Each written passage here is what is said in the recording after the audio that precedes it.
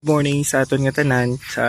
For today's video, i-video ko lang kay i-transfer ko lang ko ni orchids kay diri sa piyak gabok na kayo ang kahoy, so kailangan nato i-propagate. So nagbugta lang ko sang aga giina, tapos gin propagate ko nga aton nga mga orchids nga mga banda kay gabok-gabok to dili lang nga kahoy kay pahigda, so lisod ko mautod yawa na ta ka transfer labi na kun mabisi.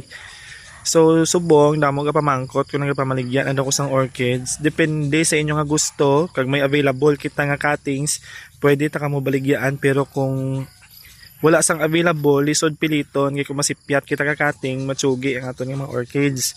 So gay na nagbalhin ko, then gi-transfer ko sa piyak kay doon ni ka side ang akon nga ano nga orchidandes balay sa Malungon. And then gi-transfer ko sila, manigihigot ko sa gamit ko ng tie box. Higot ko sila, tapos patindog ang tirada ko subong, and then girabong ko lang sa isa ka puno para man masaya ang space, hindi man sila mag-away. Gusto ko na damo sila, char. Tapos gipatindog ko lang ang iban pahigda, and gin-cutting ko maskin manugbulak na siya, pati kas nang hambas ang iban nga kuning cutting yun, hindi magbulak, nga gabulak pa, hindi na tuod dugay na ko nag-aalaga sang orchids. Depende lang na sa pag-atiman mo. Siguraduhon mo lang nga bantang sila sa init pas dire o bantang ni sila di sa init. Ang orchids hindi magsungon kung perminti mo bibibihon. Char pas nang imo nga no dao nubya kang nubyo.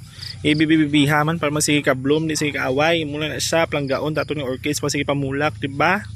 So that's all for now. Bye bye.